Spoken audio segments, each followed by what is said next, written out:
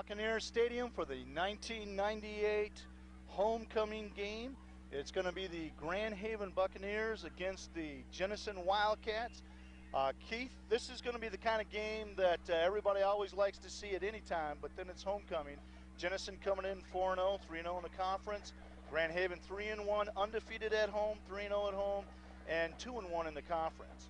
Well, Jenison's been there every year, as we well know, as we've seen that.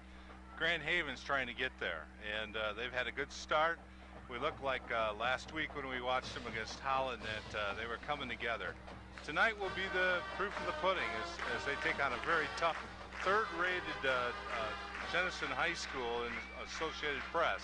So they got their work cut out for them, and Jenison is probably not going to come in here overconfident.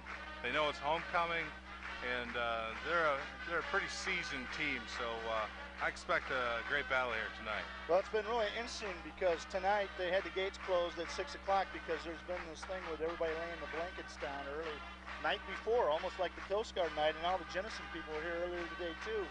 And we've talked about the sellout crowd, but literally there is no place to sit around here. In fact, you'll see later on it's sold out even on the other side of the railroad tracks. But one of the guys that the Bucs are going to have to stop is going to be Mitch Harriman, as the Jenison Wildcat had over 500 yards of offense last week. Well, Mitch Harriman is, you know, as they call him on their team, the horse. I remember when he was in the 9th grade, 10th grade, our kids call him the Beast, and it's not without reason. This kid's powerful, and he's got speed, and he hits the hole very well, and then he's gone. And he's really been a great force for them on their veer offense that they do. But he's not the only person that they have. C.J. Hooper, the quarterback, is just kind of a reload from last year, Jason Snip, and he runs just about as well as Mitch. Although he's not as big, he's only 150 pounds, he can run that ball. And so this is a potent offense. As you said last week, West Ottawa, they ran up over 500 yards. And we're going to pause for 1 minute here to acknowledge the national anthem.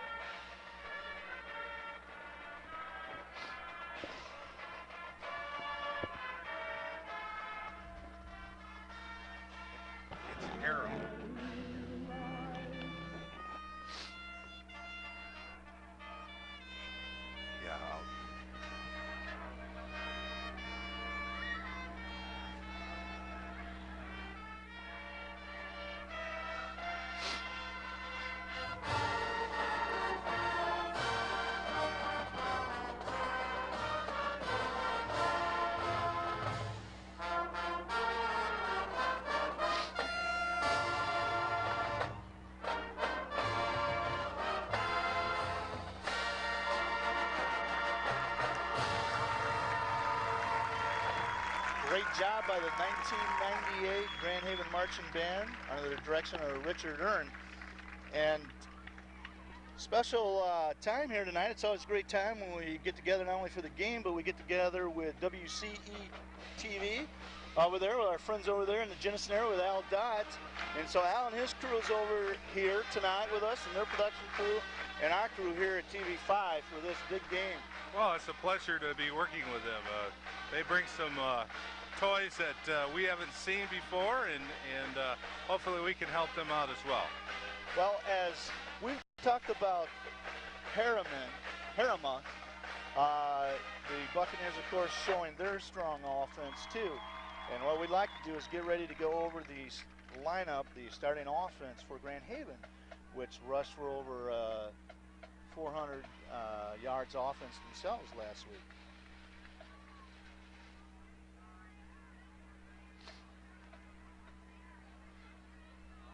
The offensive line, Floyd, is led by, on the end spot is Brian Batchelder, number 38. He's a senior. Tackle, Colin Peterson, number 76. Left guard, Ryan Stull, number 74. The center is Kevin Self. Right guard is Patrick Hornack, number 68. He's a junior. The tackle, right tackle is Keith Nass, number 78. And the wide receiver senior Kurt Fari. Buccaneer offensive line, we've talked about them over and over, and as we do look at the receivers, Ben Rogers is out there along with Batchelder and Fari, as you mentioned, Keith. And the Bucs are really going to have to look at being able to throw the ball and get the Jenison defense off from them. Yeah, they are, and you know, we've been here before with Jenison, and they've always got off to a quick start with us. And as we've talked about the tough runners from Jenison, we have several of our own here in Grand Haven, and Danny Mann, number 88, and then Rob North, number 40, and then Aaron Kokoma, who really had one heck of a game last week, number 22. And the Bucs will be led by quarterback senior Billy Skelton. And so that'll be tonight's lineup for the Buccaneers on offense. And as we'll get ready here for the Bucs to come out, we'll be right back after this message from our sponsors.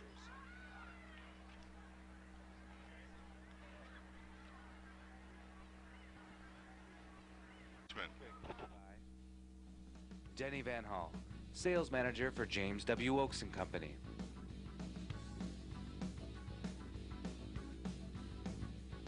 The original Clover Bar and Restaurant in Grand Haven.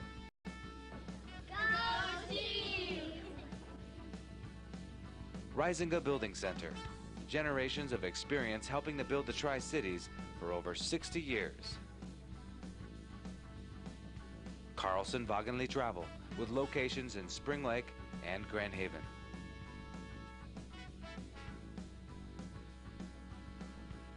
And Fritz Auto Body, with complete body service, fiberglass, and metal repairs. Shape Corporation of Grand Haven. West Michigan Sports and Rehab Clinic with Dr. Larry Poole as medical director. And by the Tri-Cities Area United Way, reminding you that the power of community begins with the power of one, you.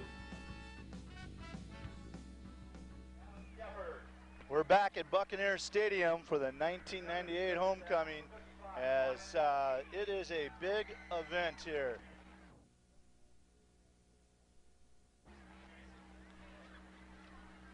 That homecomings has a lot of distractions with it. You know, there's a lot of spirit stuff going on during the week, and I'm sure Coach Shardisky has said to his guys, let's stay out of the spirit stuff. You know, get home early, get some sleep. And you know, in the old days, it used to be the coaches worried about pheasant hunting, and there's always seemed like a couple days off there with Teachers Institute, and guys used to go pheasant hunting, and they come in dead tired at football time.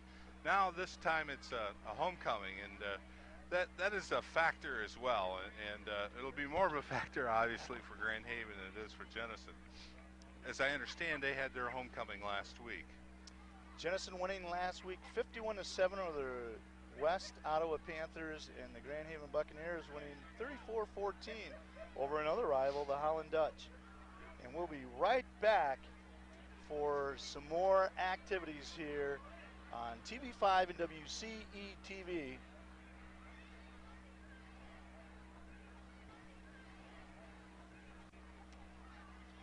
Here come the Jenison Wildcats. They're coached by head coach Tony Anise.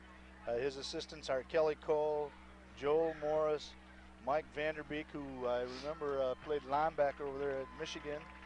And school football is the thing to be doing on a Friday night in the state of Michigan, probably across America.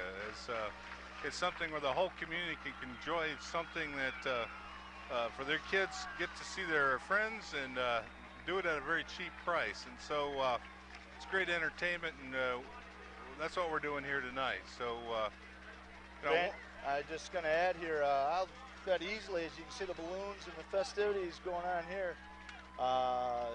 You know, we've had over 5,000 to 6,000 in the past, and it's going to be way beyond that. As a big showing for not only Grand Haven, but Jenison, as some of the Wildcats were down here tailgating earlier in the afternoon for this ball game. And we mentioned the coaching staff of the Jenison Wildcats, like to mention the coaching staff of the Grand Haven Buccaneers. Head coach Steve Hordisky, assistant Jeff Booby is the defensive coordinator. Carl Trailer is the linebacker coach. Kent Suchucky and Randy Poole. Here in Buccaneer Stadium, we'd also like to thank athletic director Ken Ranta and assistant athletic director Tracy New for all their help. And also like to thank the Lake Shore Middle School staff. You know, I got a chance, we went into the locker room a little bit earlier, and even though the Bucks come over here on a bus, once you get in that locker room, there's still all those spirits that are in there. And 103 years of them inside, and when those guys get into the locker room, anybody that's experienced it would know how that is. Well, as you talked about with the Jenison Wildcats that you helped name your class. Absolutely. I was there when we were the first 9th grade class, and we got to pick the colors and the mascot of Wildcats. We had, I think, 60 kids in our class at that time, so you can blame us for that. So I know a little bit about Jenison. I noticed some names on that list, probably some sons of kids I went older men now. Yeah, you could probably even have some of the grandkids are out there. That I played with in high school and elementary school. So, you know, Ottawa County is not that big. Well, Jenison, if they had 60 people in the high school, they've got 50 on this football team that is undefeated in the OK Red. And we're getting ready to get underway here as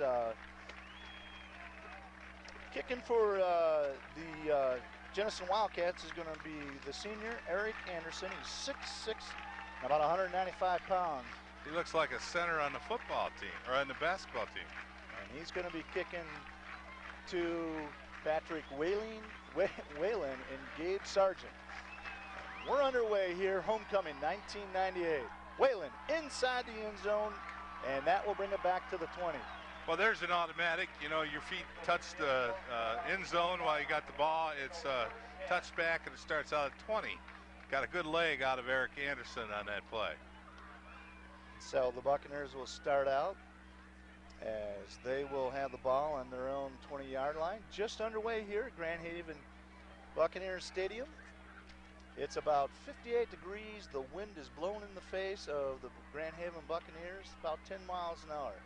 Billy Skelton, the senior quarterback of the Buccaneers, is going to hand off right side to Aaron Kokuma. His halfback, and Aaron breaks on over to the side, and is tackled over there by Dave Reddell, the 6'4", 165-pound senior safety of the Jenison Wildcats. Well, this is offense that we've seen in the past. Aaron Kokuma getting the ball going around the end, off tackle, and getting a good gain on first down for 8 yards.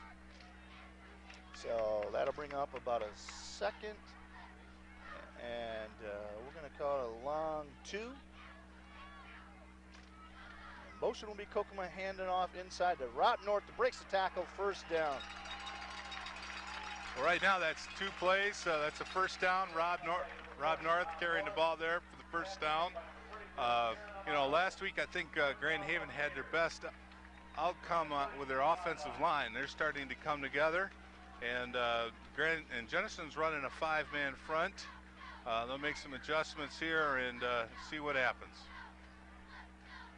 1st and 10 for the Buccaneers. It'll be Kokuma, and man is going to come in motion. They're going to have option to the left side.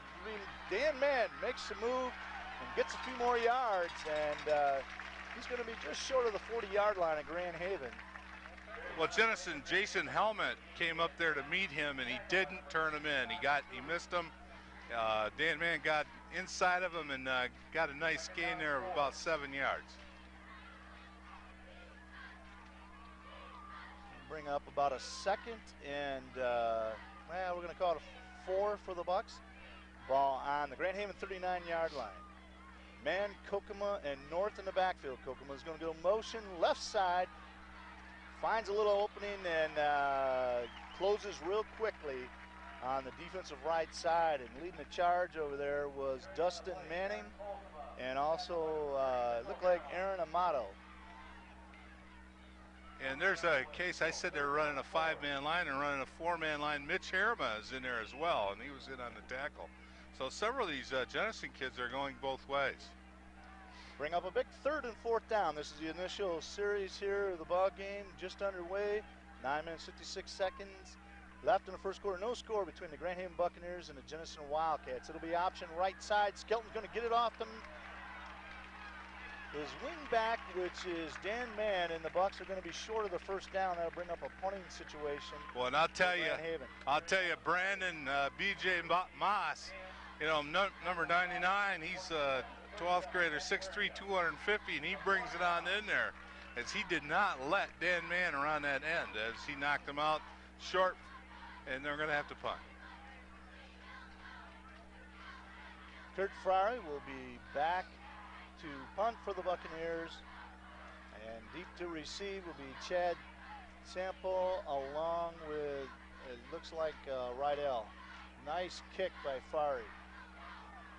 Going to take a Grand Haven bounce, and nice coverage inside by Sargent, the defensive back of the Buccaneers. And well, Greg Sargent was right there, and as Dave Rattle picked up that ball, he was right on him, and he went nowhere. So they're starting inside their 20, and you know, okay, first possession, both of them have started on their 20 or less. This is where we're going to see something here, because in the past, Grand Haven's defensive line has had problems with his veer, but we'll see what happens here. And it will be 1st and 10 from about the 19-yard line of Jenison. C.J. Hooper is the quarterback, and he's going to throw, and his first play comes right out, intended for B.J. Moss, well, the big tight end of the Wildcats. Well, you talk run, and all of a sudden, you know, they're talking, let's surprise him. Let's get off quick here with a pass, and they did surprise him. He did get behind the defensive secondary. Ball was just overthrown.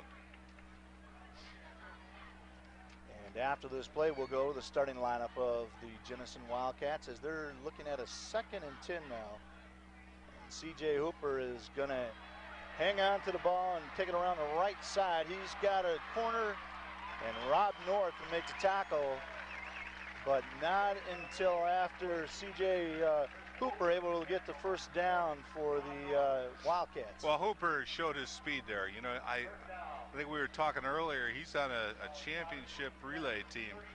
He's a good sprinter, and he showed some of that speed there as he got around the end and got down there. Also, I think what you notice there is that play took a long time to develop, and the offensive line is really holding their blocks to keep those defenders off from them. The pro wing right formation, inside handoff to Mitch Harima, the big fullback, and Harima is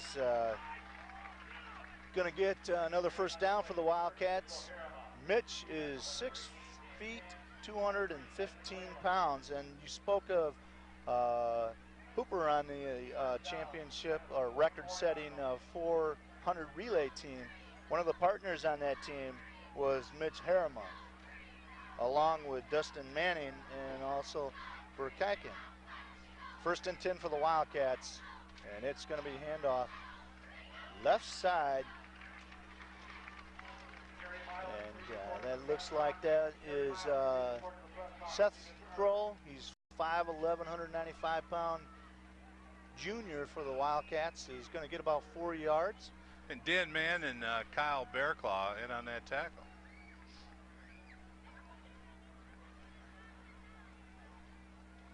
Brings up about a 2nd and 6. It'll be Twins right pro formation, inside trap. They're trying to run with Harima, and Harima is going to hit the inside defensive line and linebacker core of the Buccaneers. Well, what's really interesting here, what Jenison can do with this is that, you know, the defense has to concentrate on him first. They've got to stop him. Well, that just opens up the outside of the game and also the play action pass, as people are going to be focusing in on Mitch.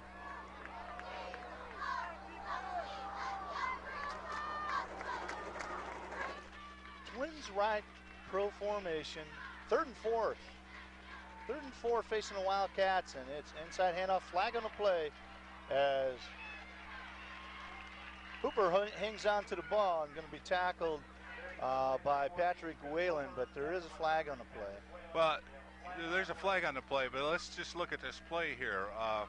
Defensive ends are coming in. They're going for the first man, second man in, and he's wide open back there in the backfield and has the room for the first down. But we got a penalty, and the penalty is going to be going against Jenison. Tonight's broadcast has been brought to you by Denny Van All Sales Manager for James W. Oaks and Company, the original Clover Bar and Restaurant in Grand Haven, Carlson Vaughnley Travel locations in Spring Lake and Grand Haven, Rising a Building Center, generations of experience helping to build the Tri-Cities for over 60 years, Fritz Auto Body with complete body service, fiberglass and metal repairs, Shape Corporation of Grand Haven, West Michigan Sports and Rehab Clinic, Dr. Larry Poole is Medical Director, and the Tri-Cities Area United Way, reminding you that the power of community begins with the power of one, you. This broadcast is also being brought to you tonight by WCE-TV under the direction of Al Dodds, the director, and the staff over there, as Hooper is going to take a timeout, and the Jenison Wildcats are going to talk about it. There's 7 minutes and 28 seconds left in the first quarter.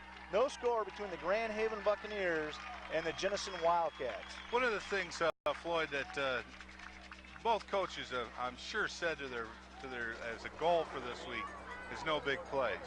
And Jenison has always had big plays. They had the big plays last week against West Ottawa. And past history here, my recollection is where they've really burned Grand Haven is on big plays. And the focus here for Grand Haven is to not allow any run over 10, 15 yards. That they do that, that's going to change the complexion of this game and make it more of a close game, and gives their offense a chance to adjust to the tough Jenison defense. Jenison has only been behind one time this year, and that was their second game against Granville, and they kicked off on the opening kickoff. Granville ran it all the way back. What's so difficult here? I'll say it after this play. 3rd and 9 facing Jenison Wildcats. C.J. Hooper is going to have B.J. Moss get back into the backfield, and they're going to hand off to Harriman, and he will be stopped. And on the bottom of the pile, looks like that was Steve Licato's number 64 was the first to hit him there, Floyd. And he's a junior that really has come to play. So both offensively strong teams has shown strong defense here. As it will be fumbled by Aaron Kokma. He'll pick it up. He's coming around the right side, and he's tackled hard inside. Todd Gregg in on the tackle. And so with 6 minutes and 57 seconds left in the first quarter here at Buccaneers Stadium, it's the Jenison Wildcats 0 and the Grand Haven Buccaneers 0. Well, you know, you got the first series underway, out of the way, I should say, and the nerves are a little more settled. And, you know, Jenison looks just like a very controlled, patient, confident team, and that's what Grand Haven's going to have to do, too. This defense for Jenison is up front is Dustin Manning, defensive end, number 33. Todd Gregg, number 71, is a tackle. Ryan Smoes, number 52. And B.J. Moss, 6'3", 250 is the defensive end. As the linebackers, we'll get that after this play. Kurt Farley will be split to the right, Dan Mann to the left. They're going to go counter play Kokoma off to the right side. Nice hard running inside, and he's tackled by B.J. Moss. Well, B.J. Moss is every place, but the offensive line of Grand Haven, they're getting off their pulling guard, getting around there, getting a block, and Aaron's finding a small opening. Not a real big opening there, but he gets 6 yards. So that'll bring up, we're going to call it a 2nd and long 4. As it'll be Rogers split to the left, wing Kokoma and Mann. Mann is in motion, and Skelton is looking to throw the first time tonight. He's got Rogers first down down to the 45-yard line of Grand Haven. So Billy Skelton, the senior, coming out, and His first pass is a completion to Ben Rogers. Well, Ben Rogers found the soft spot on the inside there. He was wide open. Ball was thrown on the numbers, and a good catch for a first down. 12-yard gain for the Buccaneers. It'll be Kurt Fari split to the left, and winged will be Mann and Kokema. Rob North will be the fullback for the Buccaneers. And a little movement inside. Yeah, the right tackle there just got a little head movement, and Grand Haven's going to get called for 5 yards illegal procedure. Not what you want to do after you just got first down. So I'll bring up 1st and 15 for Grand Haven. Ball on their own 40-yard line.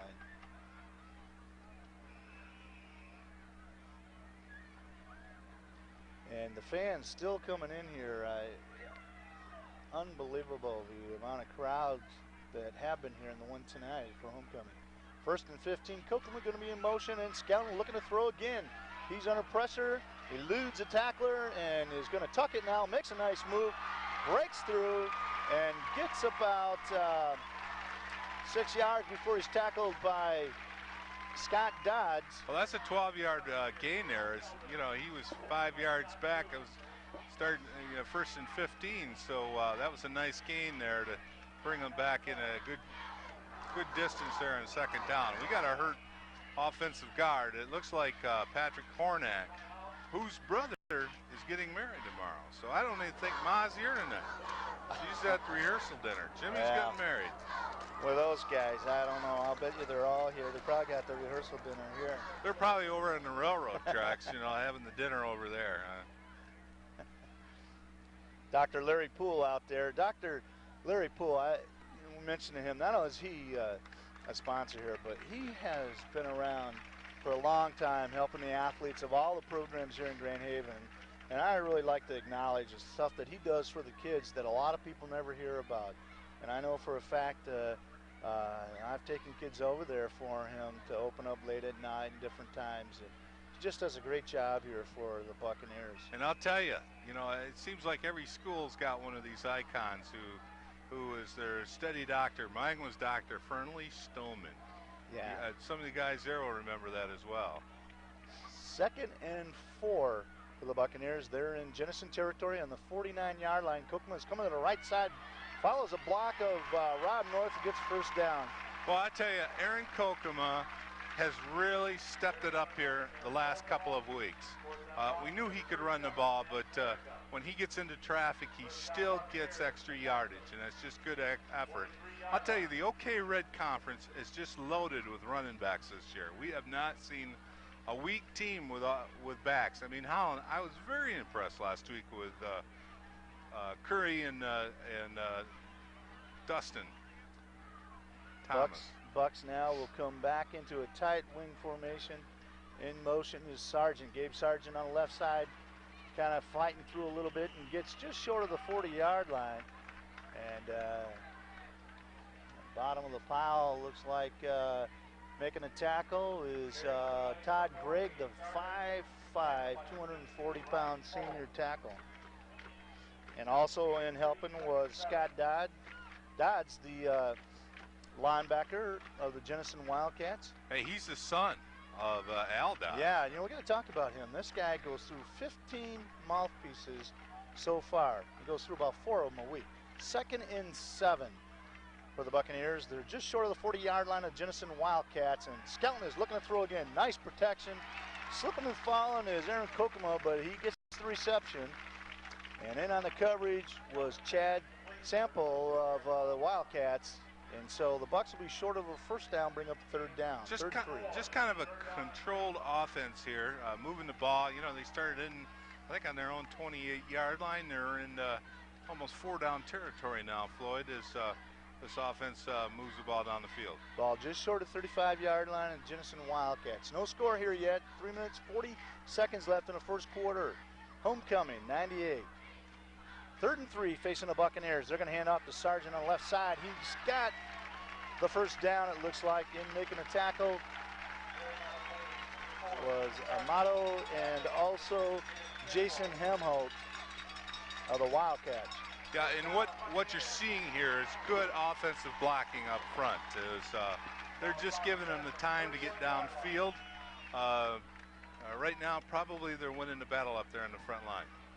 And Coach Anise is trying to get some of his guys a breather as Todd Gregg comes off along with Ryan Smoes, the defensive tackle. So he's getting some new guys in front and trying to pound a little bit on the Bucks. And it's going to be Rob North to the right side of the line, and he's going to get a couple. You know, we talk about trying to make sure we get all these names right and we go over it and then have different things. But I got Rob's North's mother came and talked to me about that they call him Robbie, and so it's pretty tough for them when they have to listen to this because I've heard they're Terry used say to Robbie and not Rob. So I got a little more on Robbie as well.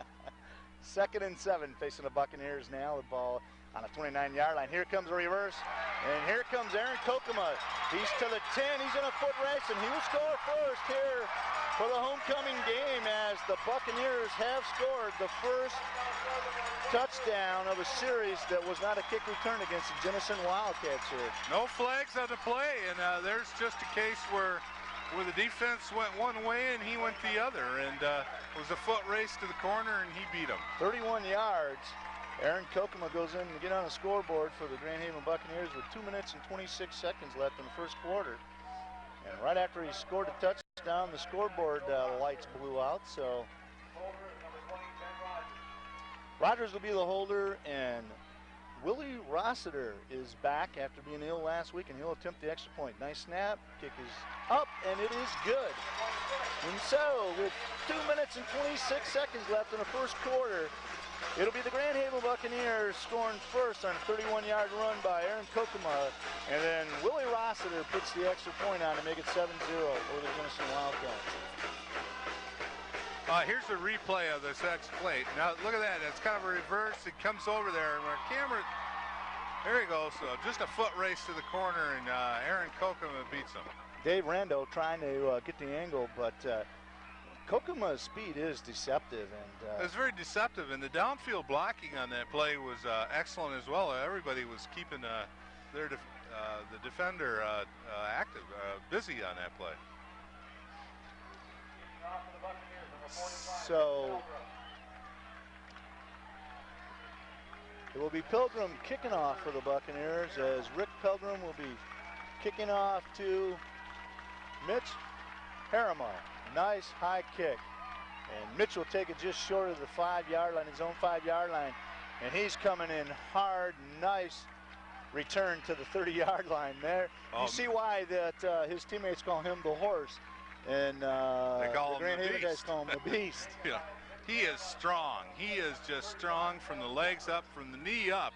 You know, he's got thighs that don't quit, and he's a north-south type of runner, and he just will pound it, and he will hurt you.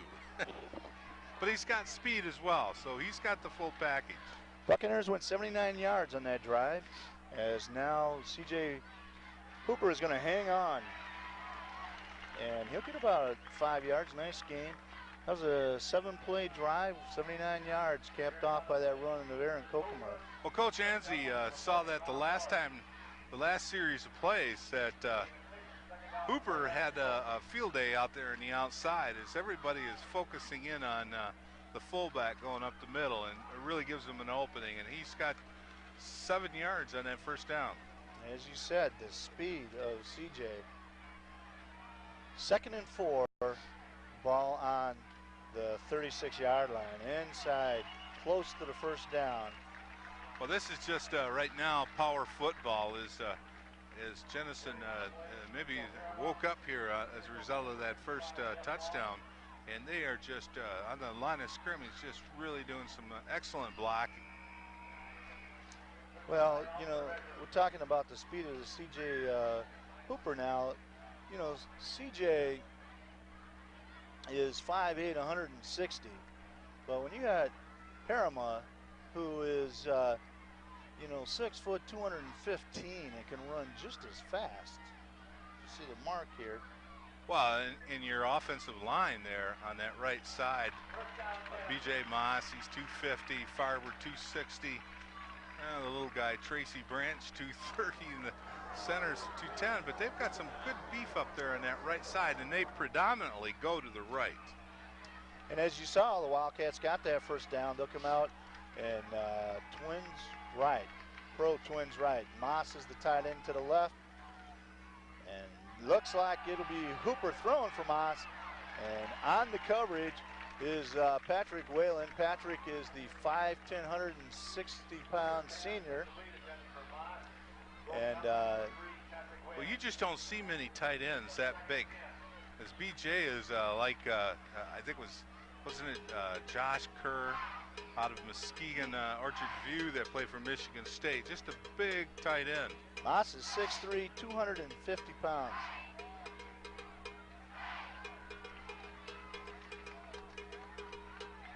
It'll be Racine and Foul split to the right side, but it's going to be inside handoff. And looks like that was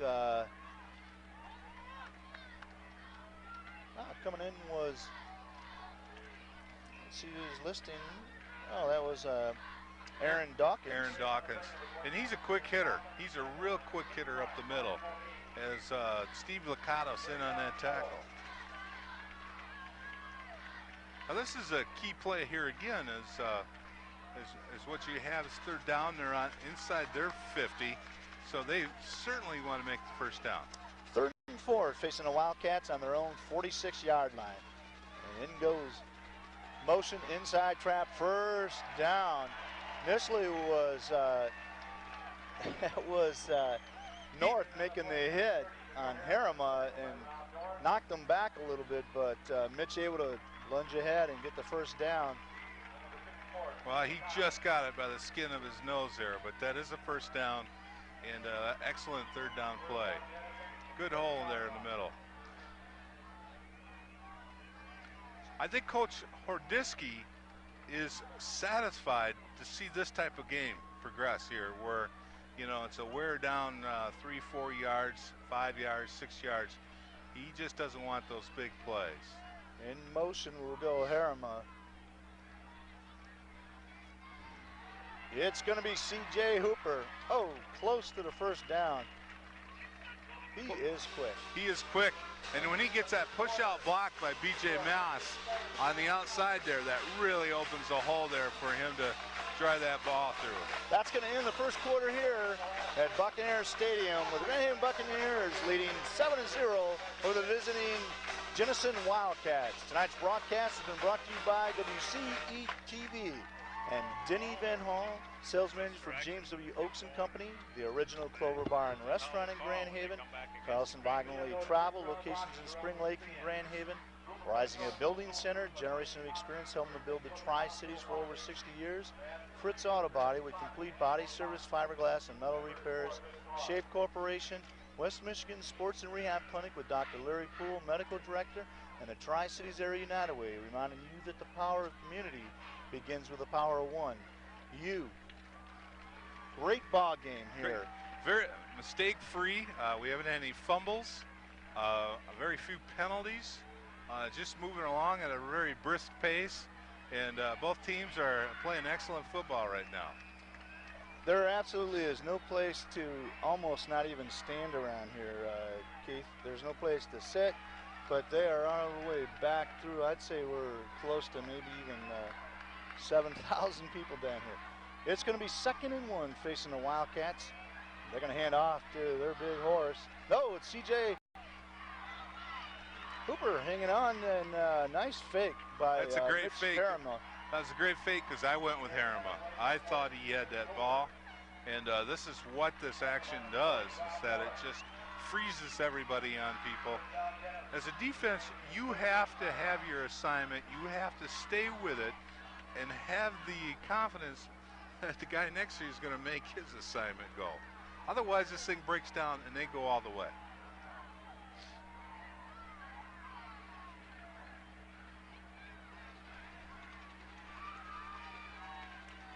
First and 10 as Hooper has Harriman in motion. CJ's looking to throw. He's looking for Harriman. Now he's going to go down the middle for his big tight end, and on the coverage, an excellent coverage, is Patrick Whalen. Hooper intending that for B.J. Moss, and Moss good coverage by the defense of the Buccaneers.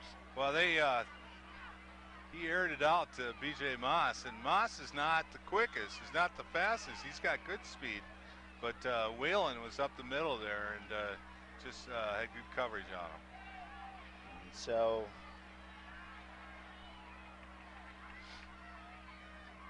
Eric Grigorski will be split to the right as it's 2nd and 10. CJ is going to run option to the right side. He's got a nice pitch back to Dawkins, and Dawkins breaks the tackle and gets inside at 20. Dawkins sees the pay dirt, and he just takes off, and he's got it on his mind that he wants to get in an end zone, and very close to doing that. You get a chance to see how well executed this is. There it is. Here's that handoff, and he's gone.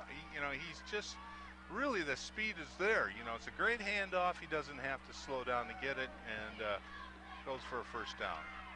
1st and 10, ball on the 22-yard line of the Grand Haven Buccaneers. It'll be motion left by Harima. And CJ is going to hand off inside, and Rob North on the tackle. The whistle blew.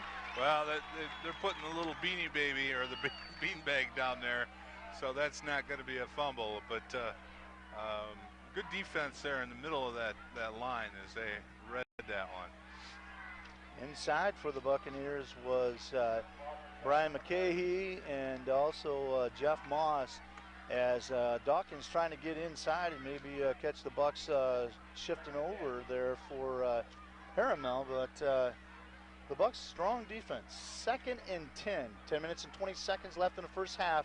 It's the Grand Haven Buccaneers 7 and the Jenison Wildcats 0. And here comes the option left side. Hooper will hang on and be just short of the 10-yard line. Going to be about the 11-yard line. Pat Whalen. CJ Hooper. Pat Whalen and Jeff Moss in that tackle, but what Jenison does here also is they spread out the defense. They put out 2 wide receivers here on the left, which takes those defenders downfield kind of out of the play, and it gives Hooper a big alley in there. And with his speed, he does a nice job. Brings up a 3rd and 1. The ball is on 11-yard line. Twins left, and it will be off tackle.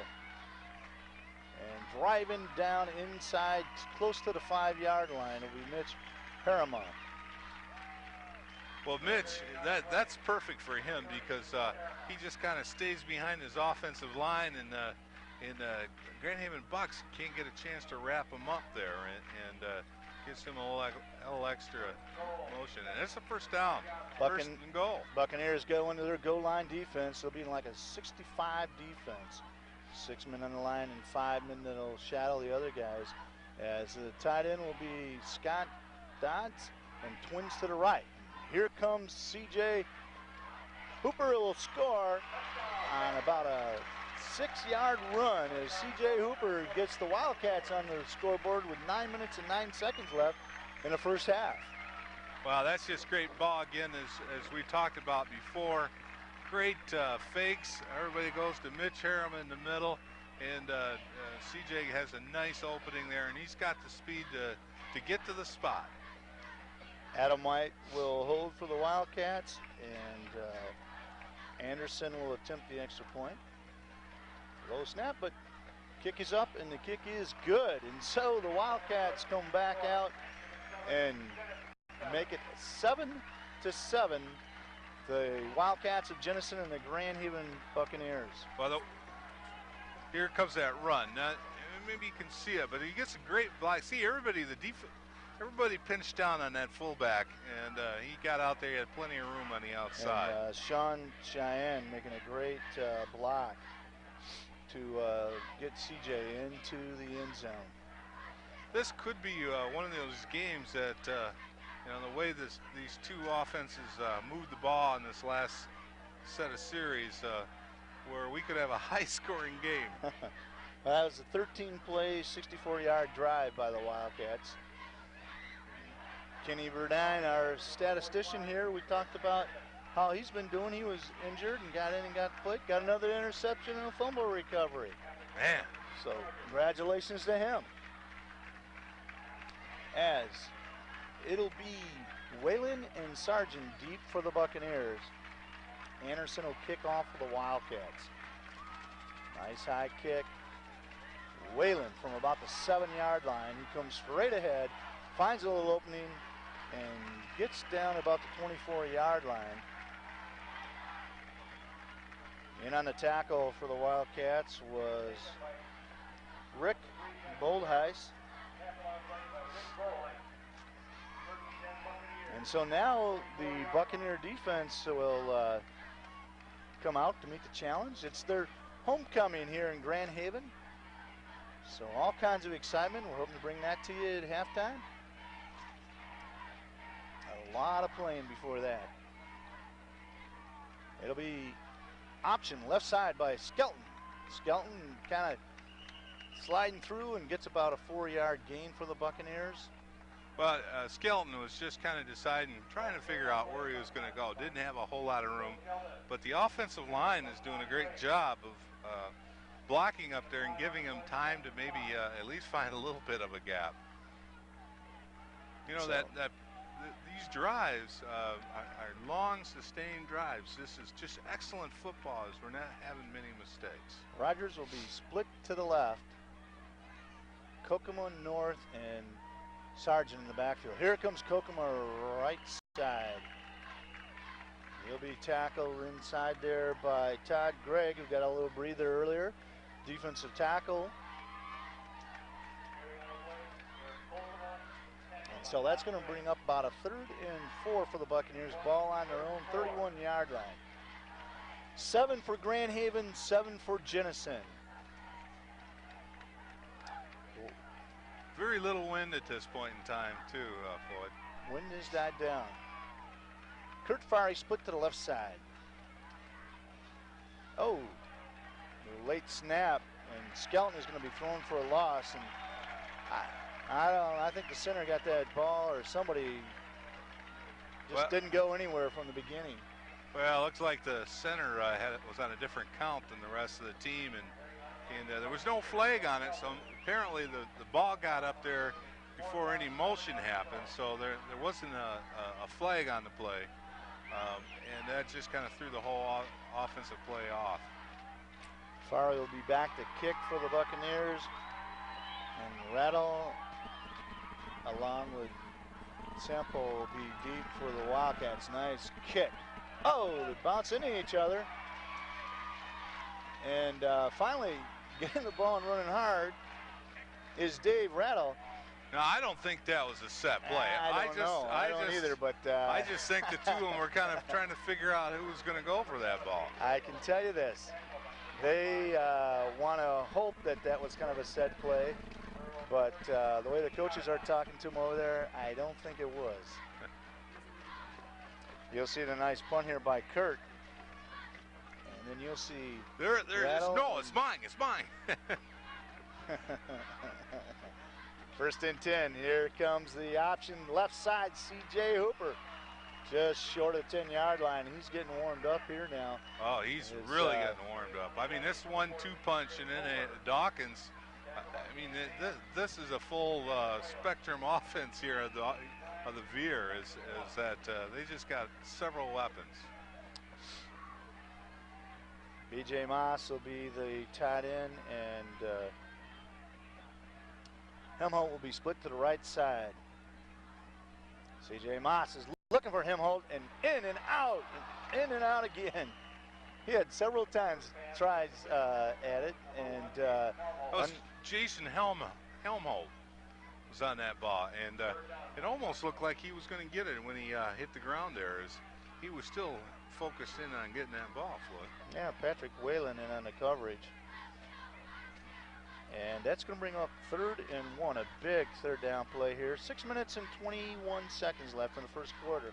It's tied between the Jenison Wildcats at 7 and the Grand Haven Buccaneers at 7. They'll come out in double slot formation, and they try to hand it a big fullback, but Rob North is not fooled, and it brings up a big 4th down and a 4th down decision here Ball going to be marked at about the 48-yard line. Well, it looks like they're going to go for it. They're going to go for it. Here comes Dawkins in, and they brought in B.J. Moss. Great. All right, here goes the play of the game so far. 4th and about 1.5. Long count by Jenison. And they're going with, Mitch Harriman. Great faking. Mitch Harriman just up the middle, you know, that he got hit at the line of scrimmage, but he had enough presence to keep those legs going, and he got enough for the first down. Nice play. You know, not only is it tough that if you're playing the side of defense against the Jenison Wildcats, you got to attack these guys that are quick and big, but they fake great. That was great faking all the way by C.J. Hooper, which then sets up other plays as they go along. 1st and 10 for the Wildcats. They're in Grand Haven territory at about the 46-yard line. Hooper is looking to throw again for Helmholtz, and it's in and out of his hands. On the coverage for the box was Patrick Whalen, and also back there was Andy McKee. That's a real quick hitter as well. It's just kind of a 2-3 step back, throw the ball, and ball was on there on the numbers. He just didn't come up with it. And this again, this is where this veer really starts chewing you up, is because you're focusing in on the run. You have no, you can't be rushing the passer thinking passer, because you got to stop the run first. Gregorsi and Racine will be split to the right side, but it's going to be handoff inside Harriman. And he just keeps chugging along for the Wildcats. He picked up about 3.5 yards that time. As Brian McCahey and Rob North. Okay, you'll see the coverage by the Bucks, and you'll see the pass right here for Helmholtz.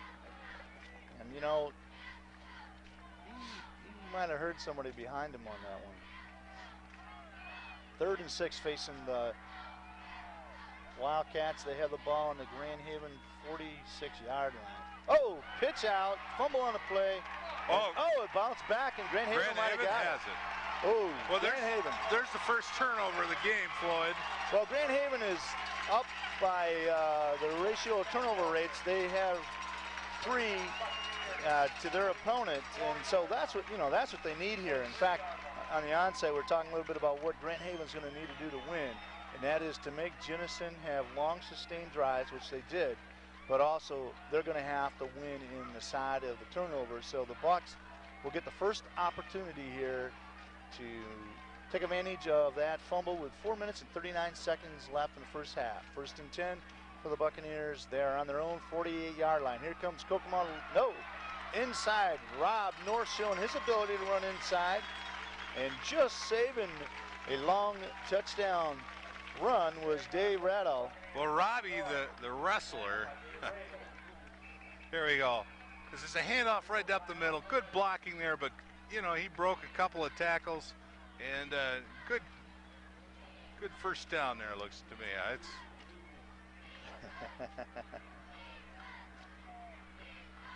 we just got a set. That was Radel that made the stop.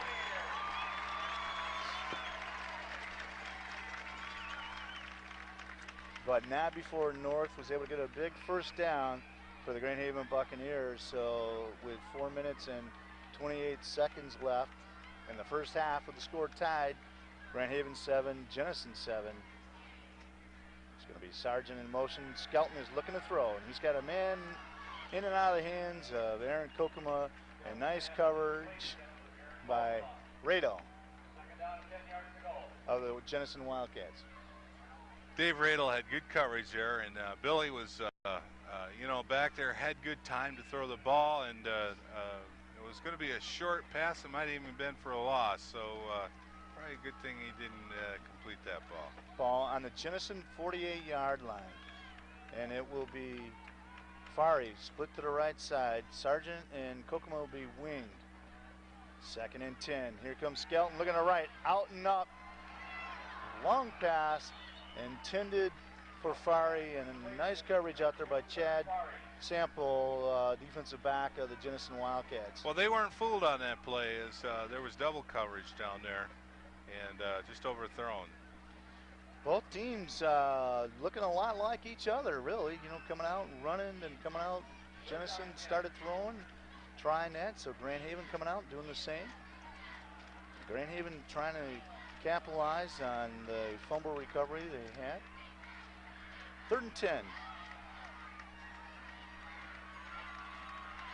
Motion by Sargent. A little movement in the backfield. No flag. Slipped by Billy Skelton.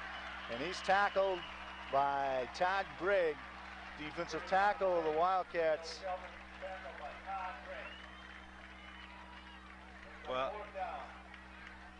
Well, Jenison was going with the pass all the way as they put good pressure on him, and Billy slipped and he took a 2-yard loss on that play.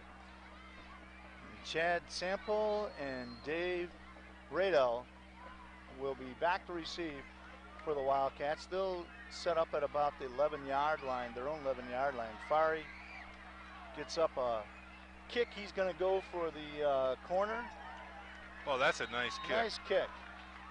That's a corner kick. That's by design. And, you know, you pound it inside the 20 and the coach is happy. And he's not only pounded it in there, but that's a good distance as well, as he's been averaging around 45 yards a punt. You see the replay here as Kurt able to get it out of bounds, respecting the running ability of the Wildcats. And so C.J. Hooper and the Wildcats will start 1st and 10 from about their own 17-yard line. The twin split right. And C.J. going to hand it in. Oh, fumble. A fumble in there. It looks like Jenison recovered. They're going to call it. Jenison has it. And down on the bottom there. And that would have been disastrous. And they're fighting inside is Adam Shepard, the 5'6", 172-pound senior tackle of the Buccaneers. And that brings up a 2nd and 9 ball just short of the 15-yard line of Jenison. And they'll have Gregorski and Rosine split to the right side, but they're going to come option to the right side. Rob North is on C.J. Hooper, and so both defenses really tightening up here in the first half at Buccaneer Stadium. Buck's going to call a timeout, I think, because that'll bring up a 3rd and long, and they want to try to give them their chance to get this ball. Well, and, 2 minutes 34 seconds left. That's a good call. They got good confidence in their defense. They're hoping for a stop here on 3rd down. They want them to get into a punting situation where maybe they make a mistake, short punt or whatever, but it'll give them good field position here to maybe score here yet in the first half. Tonight's broadcast is brought to you by West Michigan Sports and Rehab Clinic with Dr. Larry Poole, Medical Director. Shape Corporation of Grand Haven, Fritz Auto Body with complete body service, fiberglass and metal repairs. Rising a Building Center, generations of experience helping to build the Tri-Cities for over 60 years. Carlson Vagonly Travel with locations in Spring Lake and Grand Haven. The original Clover Barn Restaurant in Grand Haven. Jenny Van Hall Sales Manager for James W. Oakes and Company. And the Tri-Cities United Way, reminding you that the power of community begins with the power of one. You, WCE TV and TV5 combining here together. Always great to get together with Al and his crew. They do a great job. And we're going to be bringing you later the Bucks and Granville. We'll be getting a video feed from Al and the guys over there. But both teams are a long ways away from that, as we have 2 minutes and 34 seconds left in the first half. 7-7 between the Bucks and the Wildcats. Trips to the left, and they're going to bring down the Buccaneer. Buccaneers will bring down Harima, and the Bucks will call timeout and bring up a 4th down. Could go for the block right here. Well, they're at least going to get a timeout here. Think about it. Get that clock stopped so they can get the ball back with plenty of time to put something on the scoreboard. Well, so far this year, every game we hit that magic 2-minute mark. It seems to be a little bit longer, and this game has really been moving fast here. You're right. You're right. We've had some Groundhog Day type of experiences here in the last few games. Why should this be any different? But I'm sure both coaches would like to move this along just as well as we would. Well, you know, we also and talking with some of the guys from Jenison. You know, they always get together before every game at the Holy Cross Church over there, and that's their team meal as the horse, Mitch Harrimal, will be back to punt. Nice snap and a nice high kick on the run. Andy McKee, he's got to move outside and then keeps on running and fighting. Great attempt to get some yardage there. He eluded about 3 or 4 tacklers and maybe got about a yard, but he just wasn't going to come down. But that'll be excellent field position for Grand Haven. 2 minutes and 12 seconds left, and Grand Haven has about 1 timeout left, I believe. Billy Skelton, the senior quarterback of the Grand Haven Buccaneers, will bring the Bucks out in a double-typed, double-wing formation. Dan Mann will go in motion to the left side. Here comes Rob North to the left side. Bounces off a couple of tackles, but then is finally tackled by Todd Snipe. Well, that's great defenses. Todd Snip, number 44, is the 3rd guy that hits Rob. But Rob, you know, broke off 2 tackles, and but they stayed with him, kept him going down the line, and with no gains. So good defense by Jenison. Ball just inside the 40-yard line, so it'll be about the just short of the 40-yard line of the Jenison Wildcats. 2nd and about 10. Sargent is split to the right side. Skelton dropping straight back. He's looking to his left. He's under heavy pressure, and he's going to be brought down as Scott Dodd able to come in and make the big sack for the Jenison Wildcats. And Todd Gregg also in, but Dodd's playing a tough game again over there as the outside linebacker, as has Gregg at defensive tackle. Yeah, and that's also probably more of a coverage sack than a pressure sack up front, because he had the time to throw the ball. He just had nobody open. Well, Coach Tony and East, you know, that 44 defense, able to send in different linebackers at different times. Now the Bucks looking at a 3rd and 15. Skelton is going to roll to his right side. He's looking downfield. He's looking, and he's got a in and out of the hands of Gabe Sargent. In on the coverage looks like Chad Sample, but we'll look at this pass. You know, I think Sargent was close to maybe pushing off from him. There were no flags, and yeah, see, he pushed him a little bit maybe. Well, the ball was over the Jenison defender, and it was a catchable ball, but good defense. 4th down and 15, 42 seconds left in the first half. Grand Haven 7, Jenison Wildcats 7. And Jenison is going to play it tight. And a nice kick that is going to just stop and roll back to about the 16-yard line of Grand Haven. So the Wildcats will have 35 seconds left here before the end of the first half. With a score, Grand Haven 7, Jenison 7. Well, this has been a seesaw battle. A couple of mistakes, some good defense, kind of stiffened up there. Didn't allow any yardage, and we had some only 1 turnover in this half, though.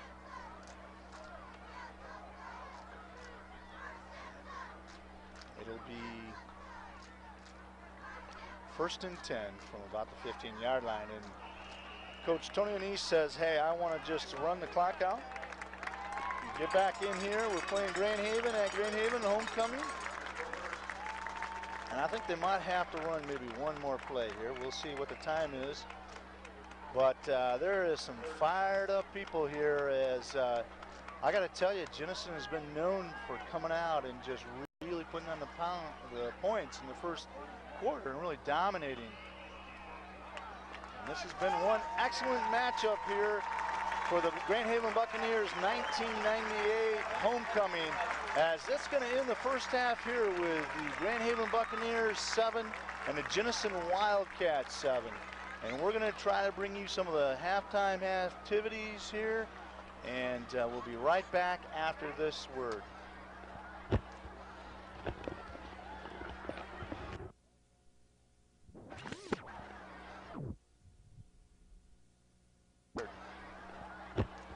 Jenison recognize that they're in a game, and Grand Haven recognizes that they can play with Jenison.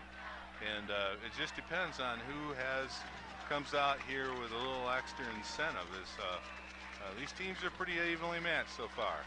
And Pelgrim gets the second half off.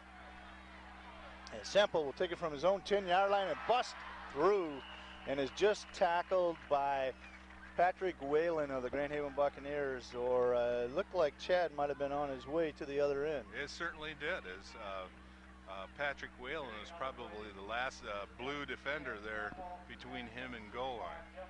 Just underway here, the start of the third quarter, 11 minutes, 56 seconds left in the third quarter. Grand Haven 7, Jenison 7.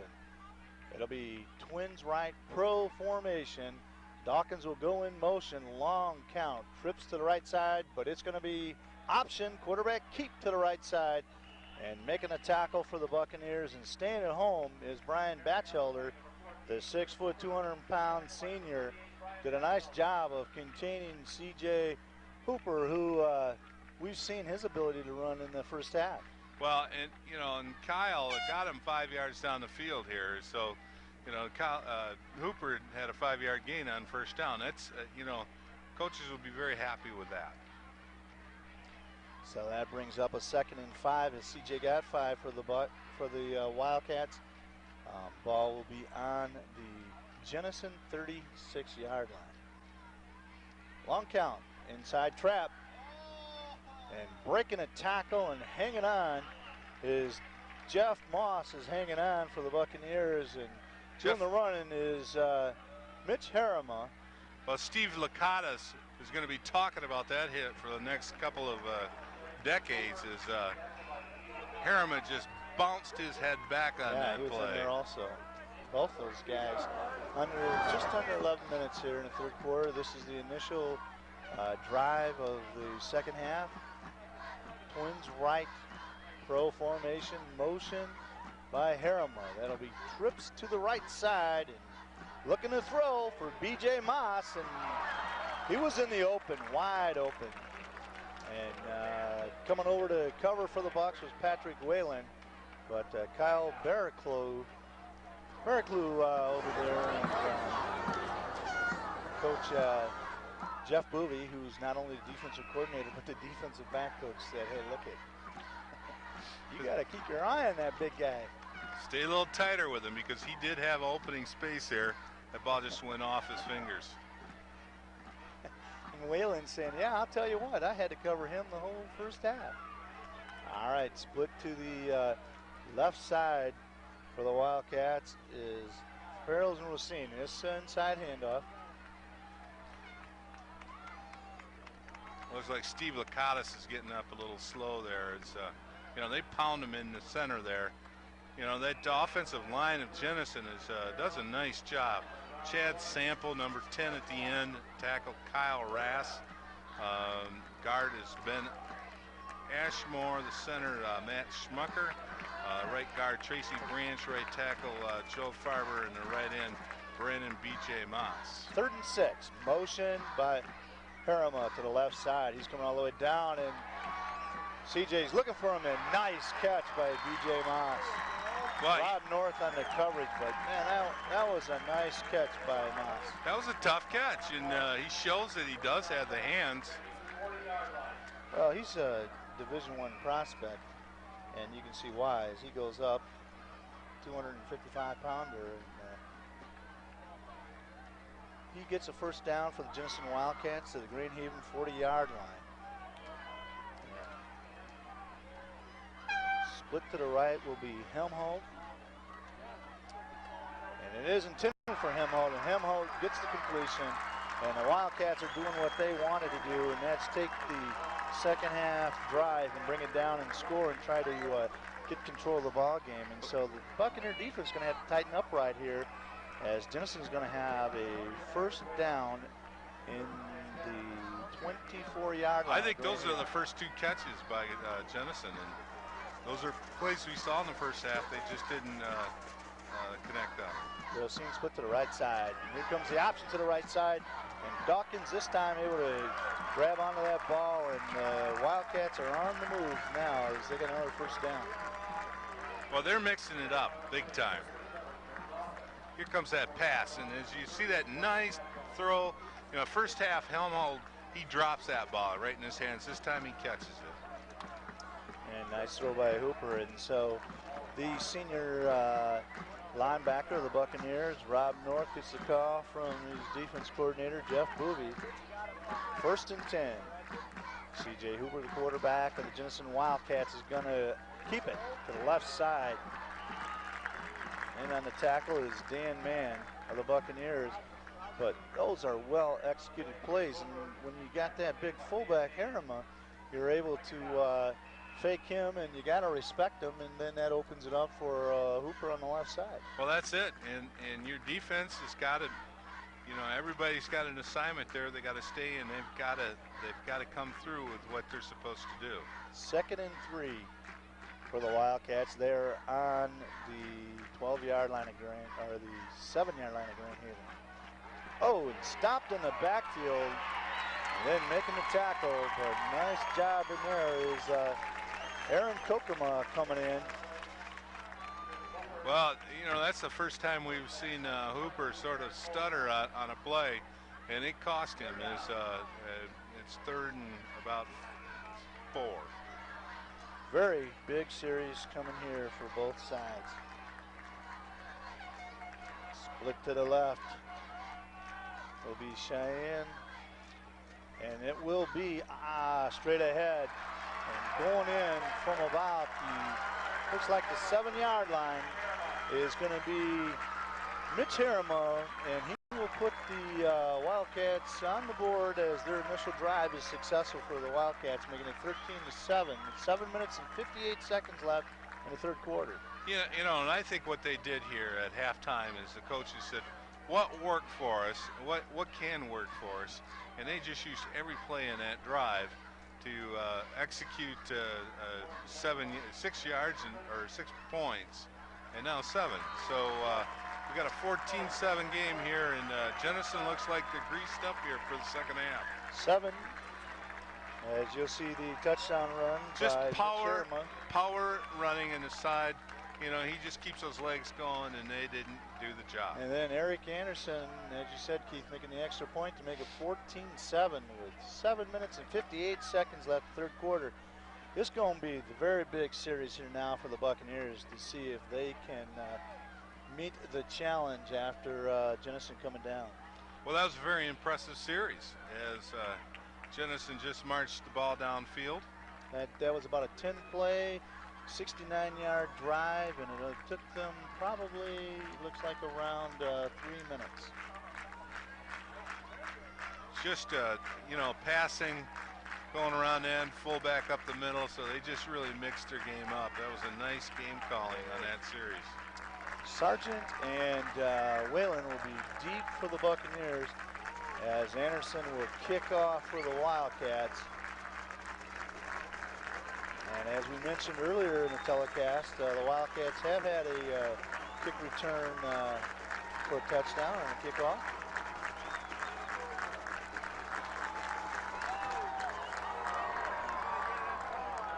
It'll be Sargent from his 3-yard line. He'll come straight ahead. Tries to cut to the right. Nice tackle and coverage by the Wildcats. So the Bucs are going to get the ball at about their own 21-yard line. Tonight's broadcast has been brought to you by WCE-TV, TV5, and the original Clover Barn Restaurant in Grand Haven. Denny Van Hall, sales manager for James W. Oaks & Company. Carlson Vagonley Travel, locations in Spring Lake and Grand Haven. Rising a Building Center, generations of experience helping to build the Tri-Cities for over 60 years. Shape Corporation, Fritz Auto Body, complete body service, fiberglass, and metal repairs. 1st and 10 for the Bucs. 21-yard line. Skelton looking to throw, and he's got a completion. And Ben Rogers is going to get about 6 yards. And nice coverage in there by Dustin Manning, who was also on that record-breaking relay team that we talked about, Keith. He's 6'1", 205 pounds. Some pretty good-sized guys that were on that 400-yard relay record-breaking team over there in Jenison. So that brings up a 2nd and 3 now for the Bucks. As the ball will be on their own 29-yard line, and it's going to be Skelton holding on to the ball. First down and more. Well, I'll tell you, you know, halftime, like I said, I'd like to have been in the huddle in their locker rooms. As both coaches must have come out smoking as these offenses are really coming at it. You'll see the replay right here. Billy's able to come right over on the left side before Scott Dodds is able to make the tackle on him. And so that's 1st and 10 for the Grand Haven Buccaneers. They have the ball on their own 42-yard line. Fari split to the right, and it will be Rogers split to the left. Inside to Sargent. He is going to be stuffed for a loss. Well, that play worked in the first half. It didn't work there as he got stuffed. Looked like Todd Gregg was the first one they could get to. Tonight's broadcast is also brought to you by the Shake Corporation, the West Michigan Rehab Clinic with Dr. Larry Poole, Medical Director. Tri-Cities Area United Way, reminding you that the power of the community begins with the power of one you. We'd like to thank WCE-TV for helping us bring tonight's telecast. 2nd and 11, and it is completed and in a foot race with a first down, and a nice catch is Kurt Fari coming over to make the tackle. I like what Kurt, here's a play of the replay. Here's just a short little pass, but look what he does after he gets the ball. He cuts in there. He does a nice job of running that ball up the field. And Aaron Amato, 5'10", 195 pounds, saved the touchdown. As Aaron showing his speed as he was behind and was able to come on over. 1st and 10 for the Buccaneers. They're on the 35-yard line of the Wildcats. Here comes Rob North. Keeps his balance. Driving ahead. Driving ahead. Oh, look at that. Inside the 20. This has been one great ball game on both sides. Well, you couldn't want it any better. On that first series of the second half, Jenison made a statement. Now the Buccaneers are trying to make a statement, and they're doing a nice job so far. You look at the replay here because there is one tough guy on the bottom of the pile Just here who dragging. gets driven back, and that's Mitch Harriman, who he typically does that to someone else. Wow, both of these guys, the Buccaneers and the Wildcats, are definitely fired up here. 5 minutes and 28 seconds. Bucks now on the move with a first down. Skelton is looking to throw a slant in, and he's got a completion to Ben Rogers. So the Bucks coming out and throwing on first down and mixing it up. They trail 14-7 to the Jenison Wildcats. Well, these are good quarterbacks here tonight. As they're showing it here in the second half that they've got talent, and right there, Billy Skelton got it to his wide receiver for a 6-yard gain. We've talked about how great the OK Red Conference and competition is, and both these teams, the Buccaneers and the Wildcats, showing you why they're at the top of that league, the OK Red. 2nd and 5, ball on the 12-yard line. Breaking a tackle is Kokomo. Kokomo goes to the 5. He's still on his feet, still driving down to about the 2-yard line. Well, Aaron making the tackle is Mitch Harriman, and also was Matt Wieringa. Well, look at this replay here. As Aaron gets it, it looks like there's nothing there, and he just kind of stuttered, and all of a sudden he's just gone. And he doesn't look like he's got the power of Mitch. Listen, I don't even say that, but he certainly gets everything that he can out of that play. Ball is marked at the 3-yard line. It's 1st and go from the 3 for the Grand Haven Buccaneers. North will be the fullback. Sargent and Kokomo. It'll be Sargent in motion. They'll hand off to him on the left side. He breaks in and he goes in for the touchdown. And what a block by Rob North. And the Bucks meet the challenge. You got a heck of a game here for homecoming 1998, Keith. Robbie North just drove his guy outside, opened that lane, and there was no problem. There it is. Look at that block. He just drove him outside. Textbook. Well, here's a big extra point right here. Willie Rossiter will attempt the extra point to tie it up with 4 minutes and 11 seconds left. Jenison Wildcats coming out scoring in their initial offensive series, and the Buccaneers meet the challenge. Rogers will hold. Nice snap. The kick is up, and the kick is good. And we've got a great one here. We got a game. 14-14. Hey. 4 minutes and 11 seconds left. Homecoming 1998. The Grand Haven Buccaneers and the Jenison Wildcats. That play took 8 plays, and the Bucks went 68 yards. Almost identical. Hey, and let's just talk about the cheerleaders, too. Jenison, their cheerleaders, Kelly Balkin, Stacy Saul, Angie Schnipp, Danelle Mazur, Nicole Young, Nolly Harder, Sarah Robrand, Louise Bachheim, Tammy DeYoung, Brooke Grundyke, Lisa Morse, Lisa Riedel, Megan Adamson, Carmen Duffy, Ainsley Kazma, Carla Anderson, Carrie Weaver, Lon Fern, and Michelle Dela Cruz. We'll get to Grand Haven cheerleaders here shortly. It is one great one here as the number 3 team in the state, the Jenison Wildcats, are taking on the undefeated at home Grand Haven Buccaneers, homecoming 1998. Pelgrim gets a nice high kick off to Sampo. Sampo will take it at his 8-yard line. He's coming straight ahead. Breaks through, and he will be tackled by Patrick Whalen. Well, there was some hits. Two guys are hurt on the play. And I'm telling you, they went in like a reckless abandon, and we've got 2 of them that are down. And one of them, I think, is Mario Palacio. And we'll try and get who the other injured player is. 4 minutes and 5 seconds left in the third quarter as it's the Grand Haven Buccaneers 14, the Jenison Wildcats 14. Tonight's broadcast has been brought to you by the Shape Corporation of Grand Haven, West Michigan Sports and Rehab Clinic with Dr. Larry Poole, Medical Director.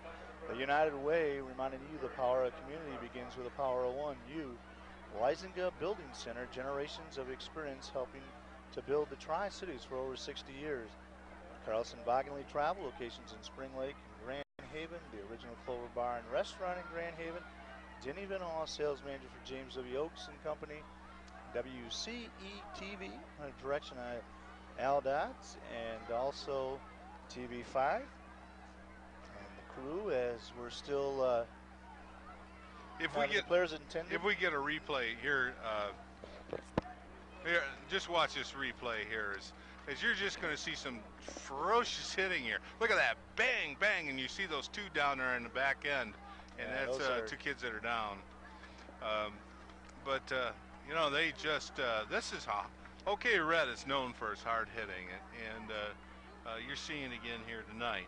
Let me introduce the Grand Haven cheerleaders. Head coach Terry Metzger. On the squad is Emily Blake, Amanda DeLuke, Nicole Kelly, Jordan Tiger, Andrea Kurt, Jen Kazora, Melissa Milligan, Julie Mitchell, Lindsay New, Nikki Patterson, Cassie Pelgrim, Megan Rutherford, Kate Seaver, and Monica Zaskowitz. As you see the cheerleaders cheering a good side, which is both players coming off. A little draggy is 54, Joe North, and also number 5, Mario Palaciolo. And I know I probably didn't get that right, Mario.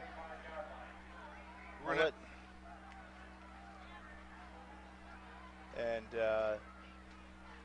after that, it brings 1st and 10 for the Wildcats. Option to the right side. Hooper, and he'll be brought down by, Brian Birmingham, the 5'9", 233-pound senior. Also Brian McElhay. I'll tell you, you know, when they jam it up there in the middle, you know, it doesn't give a whole lot of room inside for that quarterback to run, and they did a nice job on that first down play. It will be twins right, split left. The lone back will be Harriman. C.J. Hooper is going to hand off. No, he's going to fake Harriman. He's looking for B.J. Moss. And on the coverage is Dan Mann. And I tell you, I think that might have been some excellent coverage as well, I'll tell you, Mann able to get his hand in there on B.J. Moss on the ball. B.J. Moss is a very focused player. He won that ball, and you know, Dan was right in his face. Moss had the chance, opportunity, but good defense by Dan Mann. And it'll be double slot. Harriman lone back, 3rd and 8.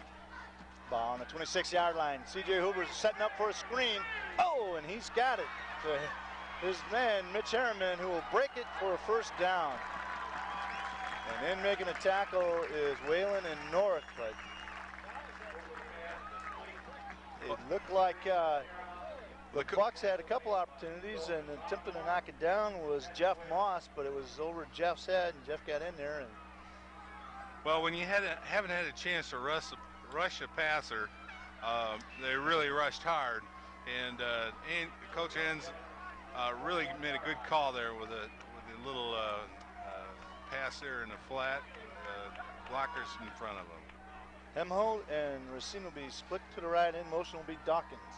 And they're going to come option right side, and no way as Brian McCahey, the 5'10", 266-pound senior tackle, makes the tackle on C.J. Hooper. Great defense and just a great ball game on both sides. Well, this is the first series that Grand Haven is actually getting into the backfield and getting to the offensive players. As I don't know if they're doing anything different, but that's 2 times now that they've done a nice job there. Grigorski will be split to the right, as will be Hemholt, and it's intended for Grigorski, who makes the catch. A nice grab, and he'll be tackled and taken out of bounds. On the coverage and making the tackle is Andy McKee, the corner of the Grand Haven Buccaneers. We're seeing a little of everything here tonight, Floyd, as these teams can run and they can pass. And you know, what great weapons they have, as we've seen them running in the first half. And now they're opening it up here with Hooper throwing the ball to his good receivers. 3rd and 4 facing the Wildcats. They have the ball on their own 48-yard line. They're going to come out in a tight, they're going to come out in twins right pro. Hemholt is on the right, but it'll be handed off to Harriman. Will be stopped short of the first down, and it brings up another decision time for head coach Tony Anise of the Jenison Wildcats. Last time the Wildcats went for it, and they were able to bust on through. And they're going to go for it again, Keith, and the ball is going to be on the 49-yard line of Jenison. A lot of confidence in this offense. They didn't even hesitate. Everybody's standing up here in Buccaneers Stadium. Just under 2 minutes. Here comes the option to the right side, and breaking through is C.J. Hooper, and he'll have the first down. Well, I tell you, they went on a quick count, and they really caught Grand Haven napping that time, as they just weren't really ready. Here comes the replay. This is a gutsy call and a tough play. They fake inside of Harriman, and just over there before man making a tackle on Hooper. Well, the big play last time was Mitch Harriman going up the middle, and everybody expected it. And there's Hooper going outside for the first down. Tied 14-14 in Grand Haven. In motion is Dawkins. 1st and 10. Ball on the 46-yard line at Grand Haven. Tough running inside and leading the charge is Dan Mann on also Moss, and on the bottom over there it looks like McCahey also in there. And Rob North too. You know, Rob is averaging about 20 to 23 tackles per game. He ranges across that field very well. Gang tackling on both sides. What a great ball game here. Homecoming 1998. We're going to be just under 1 minute here. 2nd and 9 seconds. 1 minute left in the third quarter. 14-14. 2nd and 9. Fumble on the play. Fumble on the play. Oh, Grand Haven. And the Buccaneers recover. Oh. And on the bottom and recovering is going to be, looks like Steve Lacados. Okay, let's see if we can get it here. But, you know, it fumbles it, and 3 Buccaneers are right there in that zone. Well, that's 2 turnovers for the Jenison Wildcats. Steve Lacados, who's a benefactor of that miscue. Rogers will be split to the left, and it will be Fari split to the right. Winged is going to be Sargent, who will be in motion. It will be Skelton on the keeper, and he's going to be jammed inside. Breaks a couple of tackles. He had to break about 4 tackles, and he got about 3.5 yards on that carry. And he's fired up. The leader of this offensive team, and he's fired up. Looks like B.J. Moss got hurt on that play, and he's going off. He's holding his right hand there. That's not a good sign for Jenison. And coming in for Jenison to take B.J.'s spot will be Rick Boldheis. And 35 seconds left in the third quarter. Grand Haven 14, Jenison 14. 2nd and 6 as Grand Haven now in the Jenison territory trying to take advantage of the second turnover of the ball game. Bucks weren't able to do it on the first fumble recovery in the first half. And here comes Kokomo on the right side. He follows north. He breaks a tackle. He's to the 40, the 30, the 20.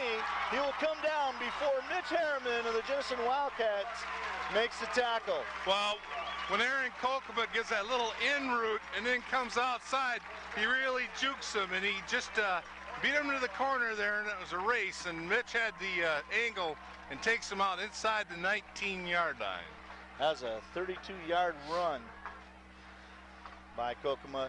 The Buccaneers are trying to defeat the Jenison Wildcats for the first time ever, and they haven't been able to do it in 13 tries. But they're on the move with 1st and 10 from the 20. Here comes Kokomo, and he's going to get just about to the line of scrimmage. And in there tackling hard for the Wildcats are Ryan Smoes. And that's going to end the third quarter here at Buccaneers Stadium, homecoming 1998. It's a great one. The Grand Haven Buccaneers 14 and the Jenison Wildcats 14.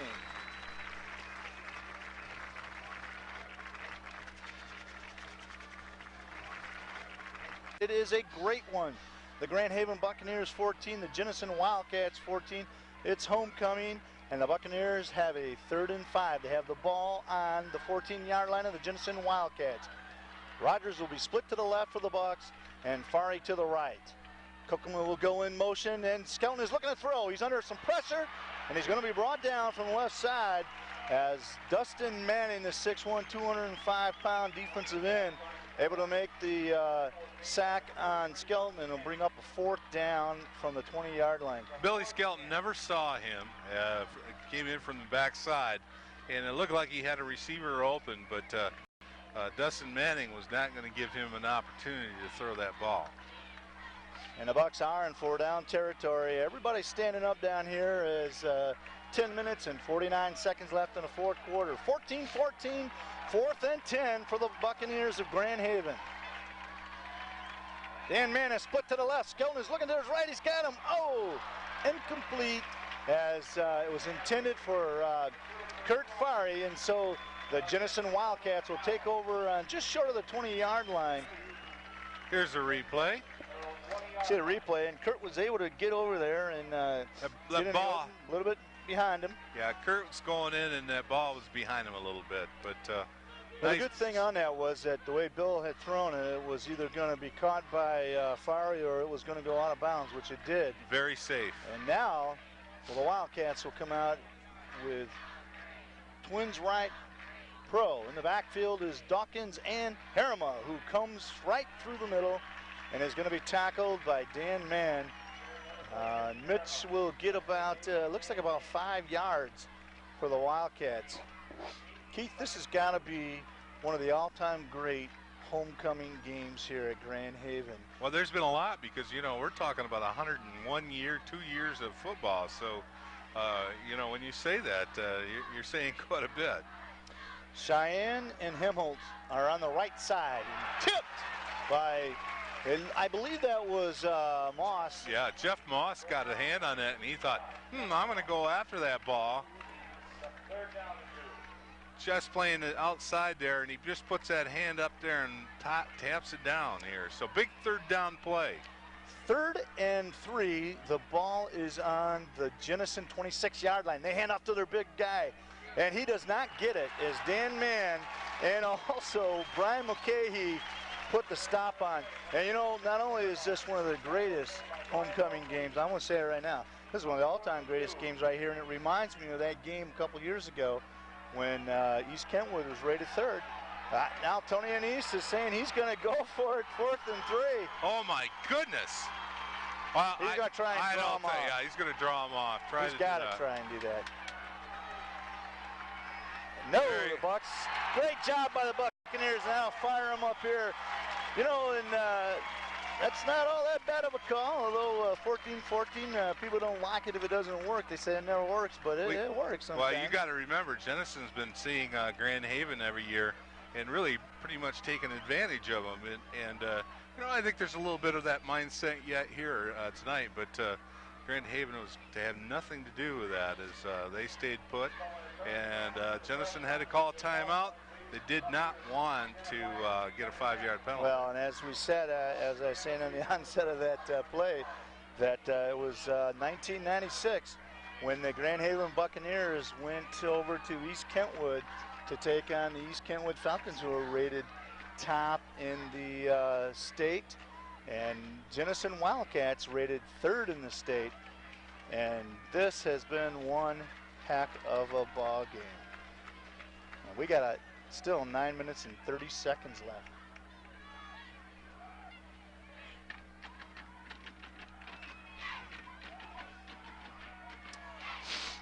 (14-14) as it is now the Wildcats say they're going to go for it. This could not only be a lot, there's a lot riding on this one play right here. 4th and 3. I don't know if he'd try and do it again. No. Tries the handoff, and this is going to be close. Well, that's a first down. That looks like he got the spot. But, boy, I tell you. That is a gutsy call with the ball on the 29-yard line. I don't, you know.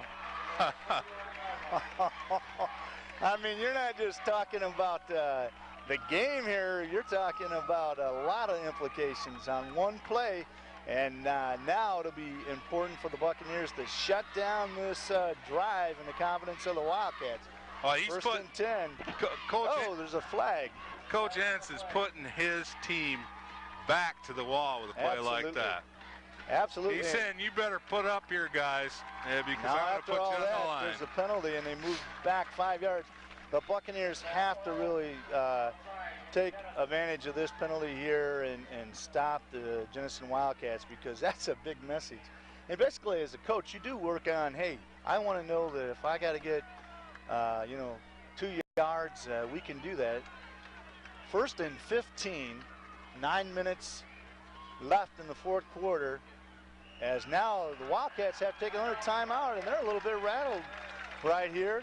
And so that gives us time to thank those that have brought tonight's broadcast. WCE-TV out of the Jenison, Granville, and Hudsonville area. Denny Van Hall, sales manager for James W. Oaks and Company, the original Clover Bar and Restaurant in Grand Haven. Carlson Bogley Travel locations in Spring Lake and Grand Haven. Rising a Building Center, generations of experience helping to build the Tri-Cities for over 60 years. Fritz Auto Body with complete body service, fiberglass, metal repairs. Shape Corporation, West Michigan Sports and Rehab Clinic with Dr. Larry Poole, Medical Director, and the Tri-Cities Area United Way, reminding you the power of community begins with the power of one, you. And our thanks to our crew here tonight, Al Dodds and Eric DeLong down in the truck, the CT production crew, John down there, also Kenny Verdine, Paul Timmons, Jonathan Wagner, Nick Hardy, Stephen Hansen, Josh Dude, Eric, Sherry DeLong, Jonathan Wagner bringing you a great one here. 1st and 15, ball on the 25-yard line of Jenison Wildcats. Here comes the option, and it will be Harima. He will be stopped short after about a 2-yard gain, and on that tackle was Rob North along with Whalen and also Batchelder. Well, that's more like an 8-yard gain, as they were 15 yards back. But there's a first play we've seen where they've put Harima on the outside there to bring the ball down. It'll be Sample, and stepping back now on the play is going to be B.J. Moss, who's back in the backfield after being injured earlier. And busting through and running hard is the halfback.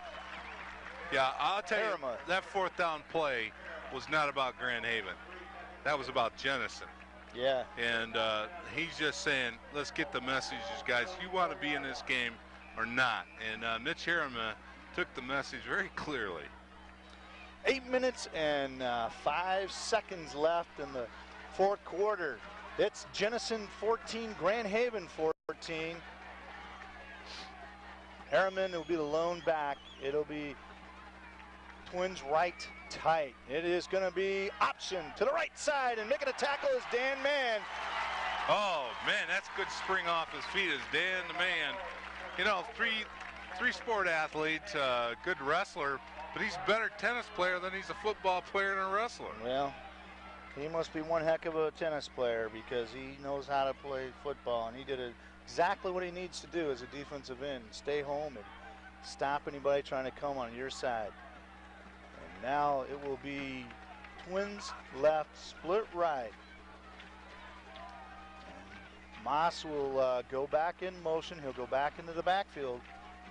And again, they're going to hand off this time. North is coming in hard, as looks like also Licatos coming in for the Bucks. Well, Rob North and just nose to nose as took him down for about a 1.5-yard gain. It's homecoming, 1998. Grand Haven Buccaneers 14, Jenison Wildcats 14. 6 minutes and 43 seconds left in the ball game. 3rd and 8 for the Jenison Wildcats. They have the ball on their own 46-yard line, and they're going to come out with Twins right, split left formation, and they'll put Moss into the backfield. Each time he's been the lead blocker, he's going to go off for a pass this time, and he's going to try and flood the right side. And they throw it to Moss, and it's in and out. Great coverage by the Buccaneers and great defense. Moss was open. The ball was thrown behind him. He made a nice try for that ball and almost came up with it. 6 minutes and 22 seconds left in the ball game. As you're going to get a chance to see here is the Wildcats setting up a flood pattern to the right side. What a ball game. Harriman will be back to punt for the Wildcats. He has McKee and Kokomo back to receive. Long count. Nice snap. And they let him kick it, and he gets a good one off. Here comes Andy McKee from about the 16-yard line, dancing around, going forward to about the 25-yard line. And here comes the offensive drive of the year and more so for the Grand Haven Buccaneers with 6 minutes and 11 seconds left, tied with the 3rd-ranked team in the state. Well, let's talk about a tie. What happens with a tie, Floyd? We will go into overtime, and they line it up at the 10-yard line. They are fired up here all over. There is no place to not only not sit down, no place to stand. 1st and 10. Buccaneers have the ball on the 10-yard line. Fari will be split to the right side. Here comes motion. Kokomo to the left side. Drives ahead and gets to just short of the 30-yard line. Man, in making the tackle is Todd Gregg of the Wildcats. Well, you know, you can hear the pads just pounding up here as we've got both teams just playing extra hard. You know, Rod North came out there with a great block, but there wasn't any opening there. That's just good football. This is just a great game with two great teams and with a lot of action left here as it's 5 minutes and 36 seconds left. 2nd and 6 for the Buccaneers. Ball on their own 29-yard line. They're going to hand off inside to Rob North, who will fight ahead and bring up a 3rd down now for the Bucks. In on the tackle for the Jenison Wildcats, Ryan Smoes, and also Matt Wieringa. Oh, Rob North is holding his knee. That's not good. And then coming in to take Rob's place is going to be Rocky Risinga. Is he coming into a big game? 6 foot, 175-pound Rocky. We saw him last week against Holland. And sometimes these are the kind of games where somebody comes in and it's a person that you at least expect that comes out and can put it together. 5 minutes and 13 seconds left in the 4th quarter. Homecoming 1998 OK Red action here in WCE TV and TV5. A joint venture together. 14 for Grand Haven, 14 for Jenison. Well, and the Jenison Wildcats obviously have not been in a battle like this, as they've totally dominated everybody so far this season. They opened up against Hudsonville, beat them 37-16. They beat East Kentwood 29-12. They beat Granville 29-12 to beat East Kentwood 49-16, and last week they beat West Ottawa 51-7. As you see, Rob North coming out. Well, that's not good because that's the leader of the defense and offense. But you know, he tried to get everything out of there. I think when he spun in there, something happened there to the knee, because that's what it looks like, is a knee injury. 3rd and 4 facing the Grand Haven Buccaneers, and what a big 3rd down for them. The ball on the Grand Haven 32-yard line. Fari split to the right side. Sargent.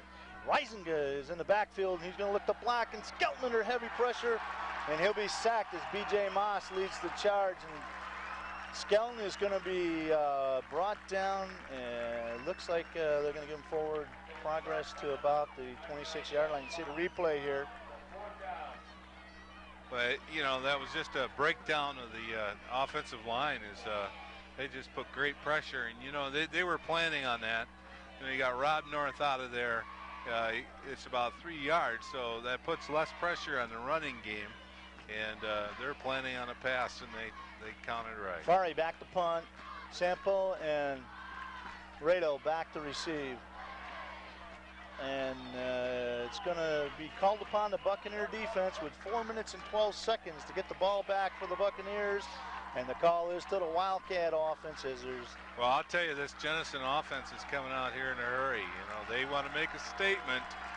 This defense, you know, I think Joe North, you know, is the backup to Rob there at that linebacker spot. He is in there, so 54 is taking the place of Rob. It is 4 minutes and 12 seconds left in the ball game. Jenison 14, Grand Haven 14. Ball is on the Jenison 43-yard line. Long count by C.J. Hooper. He's going to hand off inside trap to Harriman, and he is going to be stopped by Joe North, and also getting in there is Lakatos.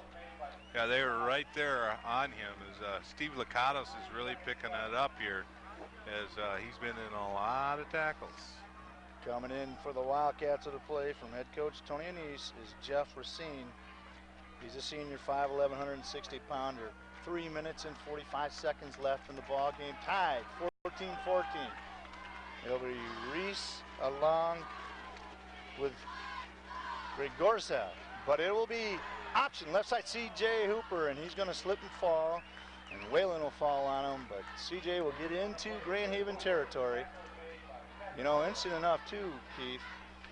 They look like they're going to measure it, but that looks like a first down. He's got it. He's got it. 3 minutes and 31 seconds left.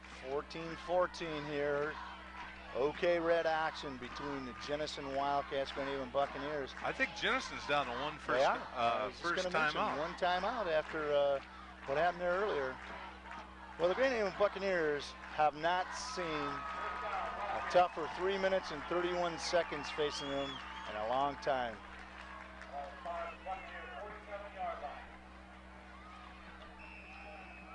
Everybody is standing up down here at Buccaneer Stadium, all over the place. And it's going to be Twins right formation. They will come out in a pro backfield. They're going to have Dawkins and Harriman as the backs. Long count. Inside handoff. Here comes Harriman. He's tackled in there by McKee and also by Whalen. Whalen says, man, that guy got out of there quick. That's the horse. About the 29-yard line. And there's just a hole. They block up the linebackers in the inside there, and he breaks it outside and gets a nice gain. Well, this game has been dominated by defense, and we'll see if the Grand Haven Buccaneer defense, which has been bend but don't break, can stop the charge of the Jenison Wildcats. They'll have Cheyenne and White split. They're going to go with Dawkins, and it looked like a broken play. Jeff Moss will tackle C.J. Hooper, and the clock will keep ticking down. The ball now will be on about the 34-yard line. 2 minutes and 23 seconds left in regulation time here at Buccaneer Stadium. 14 for Grand Haven, 14 for the Jenison Wildcats. And Joe North over there in that play as well. Some big plays coming right here. 3-yard loss on that play. Split. Cheyenne will be split to the right side. Moss will come back. He will go in motion. Now he's going to go to the backfield, look for the flood pattern, and this time he's going to go option, trying to break through. And C.J. Hooper will not, but he'll get about a couple more yards, and he's going to bring down a third down. Two big plays coming. That's here. fourth down, huh? No, third down. Excuse me. 3rd and 10, the ball on the 31-yard line. 1 minute and 35 seconds left. 14 for the Grand Haven Buccaneers and 14 for the Jenison Wildcats. They don't get any more exciting than this one right here. Sean Cheyenne and Jeff Racine. Here they come to the right side. C.J. Hooper. He's got an opening, and he breaks through, but he's going to be short for the first down. That's a first down. He's inside the 20. Yep. He had to get to about the 21-yard line, so that's going to be a first down. You'll see the move right here. And they pinned them all right inside ahead. Yep. there. You know, maybe that defensive end kind of got tied inside there. Ball on the 19-yard line. The clock is moving. We're going to be just under 1 minute here. 14-14. Greg Grusa and Racine will be split to the left. It's going to be... Oh, there's a flag. Flag on a play. Illegal. We had a left tackle over there. Looked like he left a little early. Makes coaches crazy when you're in this type of situation. 51 seconds left, and the penalty against the Wildcats. 14 for Grand Haven and 14 for the Jenison Wildcats. Homecoming 1998. As the Buccaneers want to call timeout and talk about this. And we'll go over our people responsible for bringing tonight's telecast one last time here. The West Michigan Sports and Rehab Clinic with Dr. Larry Poole, Medical Director, Shape Corporation, Fritz Auto Body, Complete Body Service, Fiberglass, Metal Repairs, Rising a Building Center, generation of experience helping to build the Tri-Cities for over 60 years. Carlson Boggingly Travel, locations in Spring Lake and Grand Haven. Original Clover Bar and Restaurant in Grand Haven. Denny Van Hall, salesman for James W. Oates and Company. The Tri-Cities Area United Way, reminding you the power of community begins with the power of one. 51 seconds left in the fourth quarter. 14 for the Grand Haven Buccaneers and 14 for the Jenison Wildcats. 1st and 15, gonna face the Wildcats with the ball on the 24-yard line of Grand Haven. Well, looks like a short distance there for the Buccaneers, and Jenison's thinking that's quite a ways in there. So we got a battle of the Titans here. It's one-on-one here. And it has been from the kickoff. Jason Hemhold along with Grigorski split to the left, but they're going to hand off inside to look like Dawkins. Now they're going to go in their hurry-up offense as they have to. 38 seconds left. 2nd down and about 9.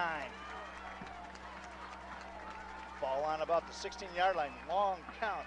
They're going to hand off to... No, it's going to be C.J. Moss. And he's going into the end zone. He goes in and scores. With 24 seconds left, C.J. Hooper is going to go in and score from about the... Looks like about the 15-yard line. Well, that's just a great play by Hooper. As everybody, great fake to his fullback, pulled out, and he just beat everybody to the corner. Anderson will attempt the extra point. 24 seconds left in the ball game. Nice snap, the kick is up, and the kick is good. And so with 24 seconds left, C.J. Hooper is going to put the Jenison Wildcats up over the Grand Haven Buccaneers, 21-14. Well, here's a replay, and there's just nobody on the outside there. He gets by the defensive end and goes in. Well, this is one of those games that you always say it's just too bad that there's got to be somebody that's not going to win, because it has been one great ball game here on both sides. We still got 24 seconds left here, and so the Bucks are talking to their special team coach, Ken Suchucky. And I believe Grand Haven has 2 of their timeouts left. And the wind will be in the face of Billy Skelton, but... there's not a whole lot of wind here tonight. I'm surprised we haven't seen the train come by here. I mean, usually that should be part of the festivities as well. I'll tell you, the way this game has been tonight, it could have gone by already and nobody saw it. You know, it had people, not only the kids out on the field and the coach has been focused, but everybody else has just been focused on this great homecoming game here at Grand Haven.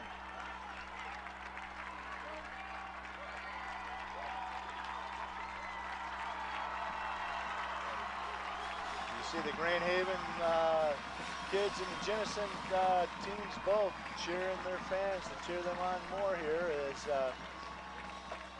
Anderson will attempt the kick. And Whalen and Sargent will be deep. It'll be interesting to see if they kick it to him. I would think that they're going to squib kick this thing. You can bet that Whalen and Sargent would sure like to have a chance to run this thing back. And they are going to run it short. Oh, and it'll be Whalen from about the 11-yard line. Hit tough. Tackle inside there, and making a tackle is Matt Wieringa. And so, well, they made it very difficult here for the offense to do anything in 21 seconds, as they did pin them back inside the 15-yard line. Buccaneers need to go 85 yards in 21 seconds here. 21-14 is the score. Jenison scoring with just 24 seconds left in the game. And here come the Buccaneers, and they will have Reisinger in the backfield, and Skelton is looking to his left side, and incomplete as it was intended for Fari. And then on the coverage was Dustin Manning of the Wildcats. 17 seconds left, 2nd and 10 now for the Buccaneers from their own 15-yard line. Well, and they're bringing the house in there on this right now, as they know he's in a passing situation, and Jenison is just going to really rush the passer and try to not give him a whole lot of time. Fari will be split to the left side. On the right side is Dan Mann along with Gabe Sargent. Reisinger is the lone back, and Skelton is dropping back under heavy pressure. He's going to break through and rush, and he'll try to get out of bounds, and he does. Nice job by the senior quarterback, Billy Skelton, but now the Bucs going against the clock with only 11 seconds left in the ball game. Well, this is probably a case where you don't have the right play to do this. It needs a trick play, one of those that we've seen before. We've seen it happen before. It'd be nice to, well, 11 seconds left, 3rd and 5. Ball on the 20-yard line for Grand Haven. Trips to the left. Here comes Skelton. He's going to roll to the right. Under pressure, gets away and gets rid of the ball. Oh, and the late flag, throwing the flag down. Well, 2 seconds left. You know, this is not the NFL where if you're, he threw that out of bounds. There wasn't anybody around there for him to pass the ball to him, but in that situation, I don't think I'd have done much different. Well, what I say about that is it's a high school level, and it shows you the kid was thinking and trying. Absolutely. And, absolutely. Then it stopped the clock. Stop the clock. Stop the clock. Absolutely right. And any way you can stop the clock at times can be a factor. All it takes is one play. This definitely could be the all-time greatest play on the side of Grand Haven, and if not, it's going to be a very big, tough victory for the Jenison Wildcats. And Skelton will drop into the end zone. He's got it to Kokoma. Kokoma is on a run, cuts back, still on his feet, and gets to the 30-yard line and ends the game how it started. What an exciting game, and the Jenison Wildcats are going to win 21-14 over the Grand Haven Buccaneers, but it was a great game on both sides. Well, Jenison knew they were in a game, and this is something they haven't experienced yet this year, and this is a great ball game. You know, a lot of respect on both sides here. You know, Jenison is the winner here tonight, but you know, you know, they're going to go home and say, boy, we got away and we won one. We did a nice job, but boy, they certainly were tough. And Jenison and Grand Haven is just pretty sad right now because they put their heart and soul into this game. So, you know, a sad loss for the Buccaneers. Good win for the Jenison Wildcats. Probably positioned them well for a showdown with Rockford. Grand Haven will go 3-2 overall, and the Jenison Wildcats will go 5-0. But Keith, like he said, on the side of Grand Haven now knows, hey, and I'll tell you what, probably of all the times I've seen Jenison and Grand Haven play, this is really the first time that I've seen as much respect on both sides as what it has been here. As these guys from Jenison, the Wildcats know they're in one heck of a ball game, and like you said, Keith, they'll go 5-0, and they are on their own destiny now. And on the side of the Grand Haven Buccaneers, although they're down, and they know they had this opportunity, they were within 24 seconds of going into overtime with the third-ranked team in the state, and it's going to be a lot of great action on both sides for the rest of the season here with the Buccaneers, the Grand Haven, and the Jenison Wildcats. Well, and you know, as you look down there at the field, you look at, we're watching the floats here on video, but we're looking down there and Coach Radisky's got the troops around him. I see Rob North on crutches, and that'll be a shame if he's lost for a game or the rest of the season to this team, because he is so important to both their offense and defense. And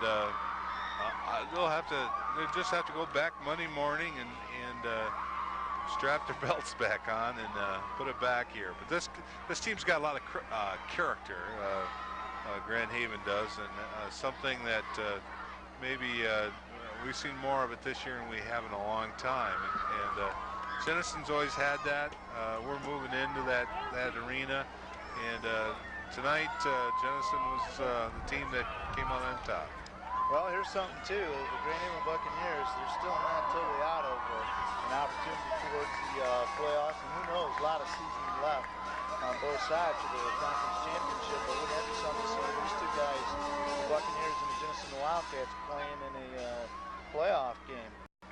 Tonight's telecast has been brought to you by WCE-TV and TV5, and we'd like to thank the following individuals who have made tonight's game possible. Al Dodds of CETV,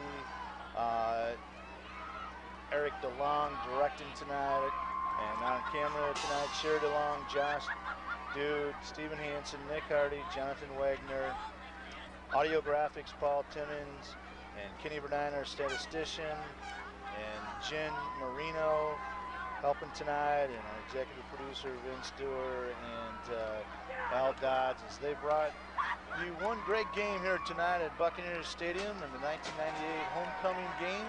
The Bucs will be defeated by a strong Wildcat team, but it was a great one here at Buccaneers Stadium. The Jenison Wildcats winning 21-14 as both teams get a well-deserved round of applause from everybody. And we're going to be right back, hopefully to bring you the homecoming activity.